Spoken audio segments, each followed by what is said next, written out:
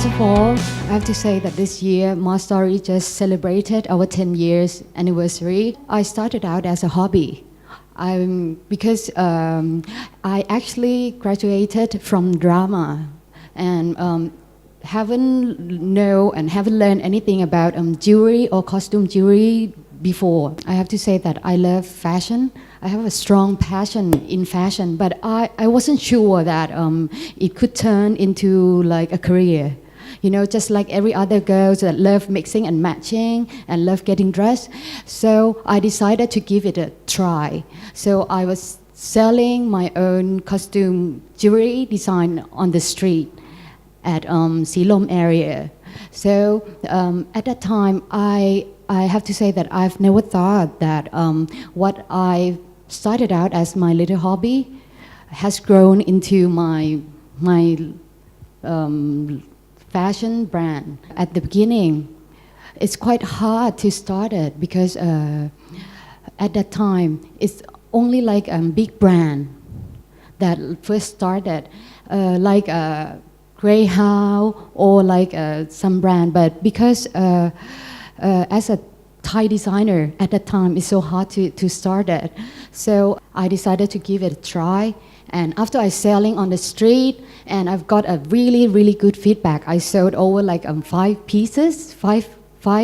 pieces, only few months. And I only started like doing only like lunch hours. So after I got a good feedback, so I collected monies from like selling on the street and started opening my small shops. I have to say that I first started out like that. At that time, I have to say that it was a big trend. Like at that time, it's more like mainstream rather than like, like today, it's quite varied. If you wanted to start, you have to have loads of money and you have to open a shop. It's not just like easy like today. I mean like that you have Facebook and Instagram to start with. So I mean like if you want to try,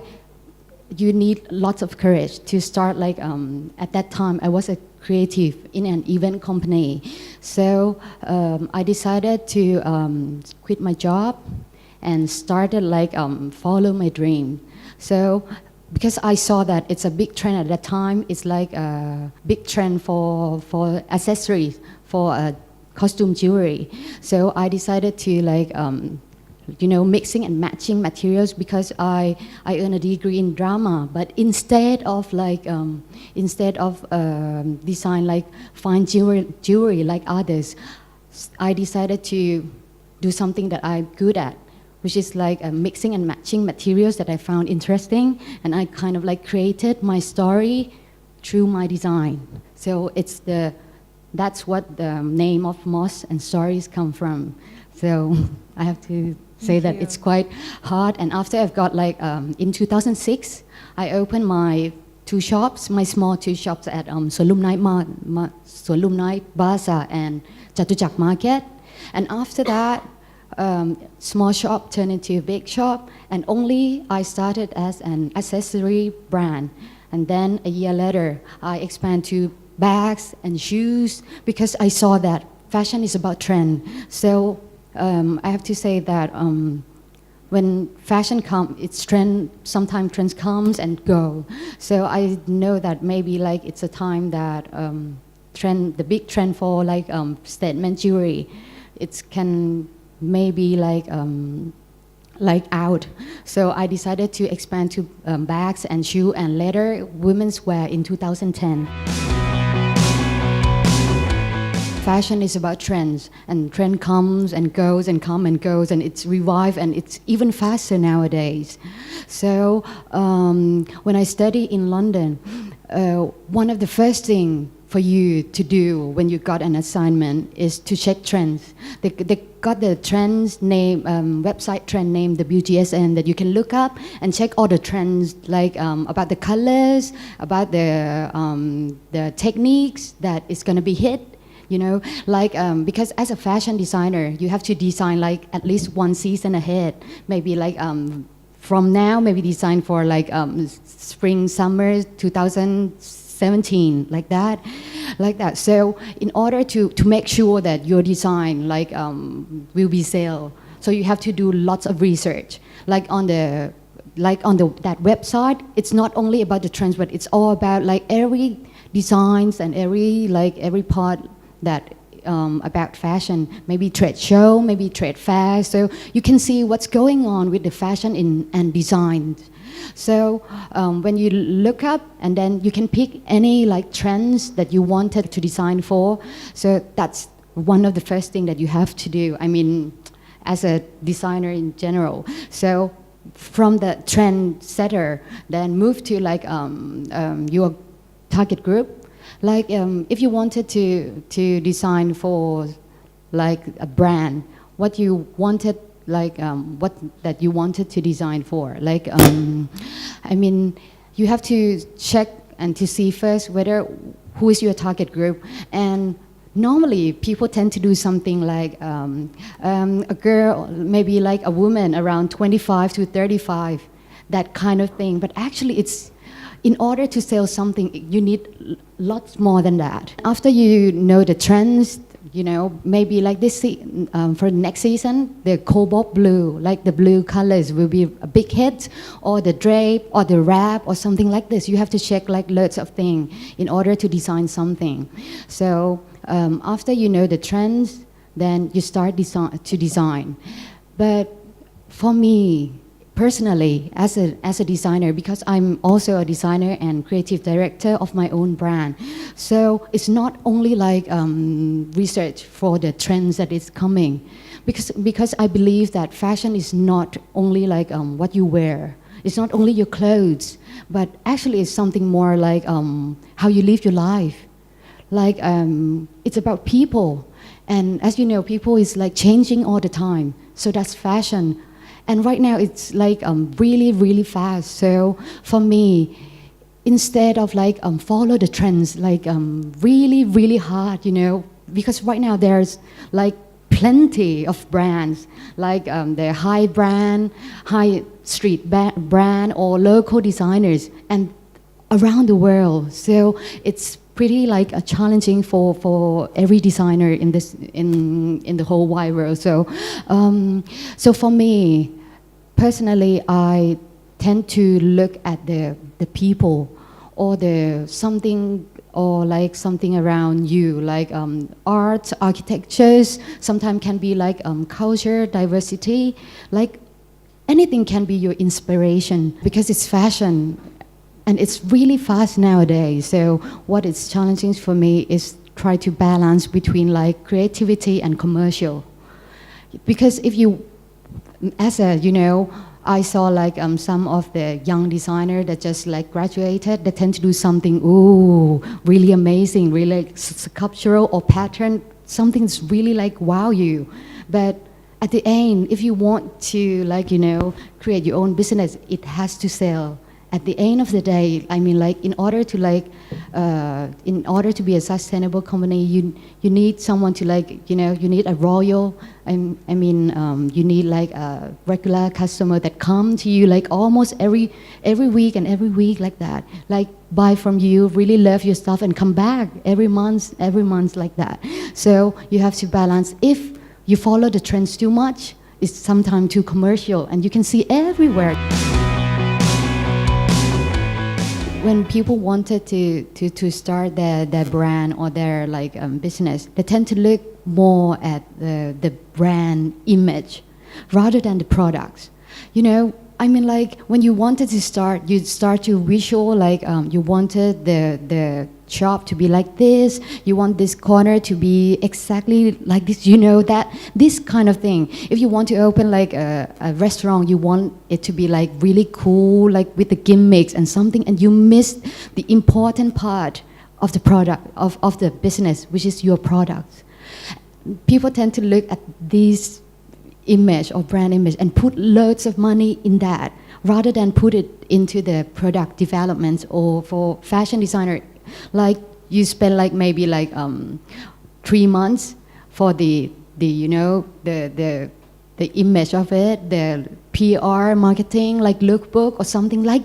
this, but not like put it in the like design development, like explore and experiment with the products. So I suggest you to like to kind of like rethinking, because everyone wants their business to look cool, look good, look beautiful like that. So and tend to like kind of like forget to look at the products, which is like something that you want to sell. If you want your company to be like a sustainable company, you really need to like focus more on products. Because if you look nowadays on your Facebook or Instagram, people tend to like upload photos of like this corner, this thing, or maybe like put your like accessories or necklaces or fashion clothes to like maybe give to like a star, instead of like focus on like development your products. So otherwise, if like someone really want to come to your restaurant in order to take like one picture at a time and not coming back, so your restaurant wouldn't last long, So this is something that I want you to like have in mind. You have to like think about what you're good at. Because when you want to start your business, you have to look whether is this something that really special that others doesn't have, and something that it's really like different from other brands. Because when the trends of restaurant come, everyone doing the same style of restaurant, doing exactly the same style but different in details. So instead of doing that, do something that's different from what they have. Actually, this is the basic things, but people tend to overlook about it. And also, you look at yourself and see whether what is the thing that you're good at. If you're not good, you don't have to like try to do. You find someone that it's good to do, to be a team. In order to be a successful like entrepreneur, you need a good team. You need something that's really like special, something that's unique. So you have to find what is special about your business that you wanted to do. So this is the most important part that I want you to like keep in mind, because I learn a lot, because I have failed many times. So I learn from my own mistake, and it's okay for you guys to start small. It doesn't, and you don't have to like care much about what other may think about your business. I mean, I started small, and I started from like my hobby. I was selling on the street, but somehow my design, like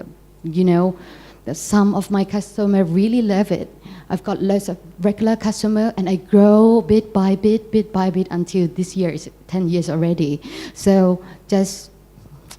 to encourage you guys to like to think and to try and experiment and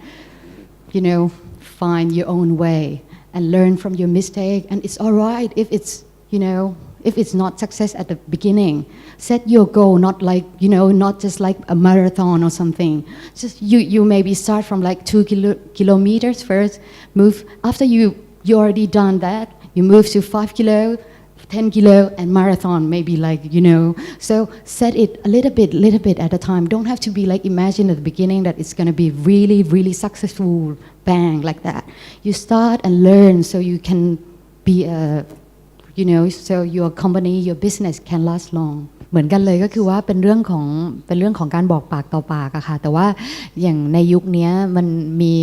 มีตัวช่วยก็คือมีโซเชียลเน็ตเวิร์กเงี้ยค่ะ Facebook หรือ Instagram อะไรเงี้ยค่ะซึ่งต้องบอกว่า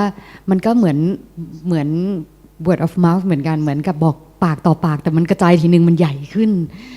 ซึ่งต้องบอกว่าอย่างของพี่เองเนี่ยต้องบอกว่าตั้งแต่เริ่มต้นเนี่ยก็จะเน้นที่ product ตั้งแต่เริ่มเลยเราค่อยพัฒนาแล้วก็ค่อยปากต่อปากพอยุคนั้นยังไม่มี Facebook ไม่มี Instagram เพราะฉะนั้นเราก็จะเริ่มจากการที่ตั้งใจทำของให้ดีของเราดีมันก็จะเริ่มเป็นกระแสขึ้นมาเองเหมือนกับเราสร้างแทนที่เราจะต้องตามเทรนด์เรากลายเป็นเทรนด์เซตเตอร์เหมือนของเรากลายเป็นอยู่ดีๆทุกคนก็อยากจะได้อยากจะใส่พอใส่ปุ๊บก็บอกปากต่อปากเห็นพอคนเอาไปใส่ปุ๊บก็กลายเป็นโฆษณาแทนที่จะแบบเหมือนไปจ่ายค่าโฆษณาตามหนังสือ ลักษณะนั้นซึ่งก็คือปากต่อปากไปเรื่อยๆแต่พออย่างปัจจุบันนี้อย่างของพี่ก็จะเป็น Facebook Instagram ทั่วไปแต่ว่าหลักๆแล้วเนี่ยของพี่จะไม่ได้เป็นการขายออนไลน์เพราะว่าหลักๆแล้ว flagship store ของพี่อยู่ที่สยามสแควร์เพราะฉะนั้นพี่จะทำร่วมด้วยก็คือทำ product ให้ดีแล้วก็มีการโปรโมททั้ง on ground แล้วก็ออนไลน์คือเราทำทั้งคู่ควบคู่กันไปก็คือว่าลูกค้าที่มาที่ร้านก็สามารถกลับไปดูได้จากถ้าวันที่ไม่ได้มีโอกาสเข้ามาอย่างนี้ก็สามารถที่จะดูของเราจาก IG ได้แล้วก็ถ้าดูจาก IG ก็สามารถสั่งได้แต่ถ้าไม่สะดวกมาก็มาซื้อที่ร้านได้แล้วมันกลายเป็นว่าพอมีการโปรโมทแบบทั่วถึงมันก็ทำให้ของทุกอย่างมันไปง่ายขึ้นบอกปากต่อปากเป็นกระแสได้เร็วขึ้นอะไรอย่างเงี้ยค่ะคือธุรกิจของตัว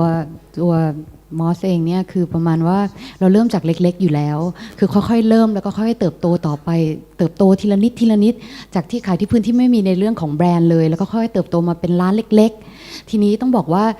ขั้นตอนที่จาก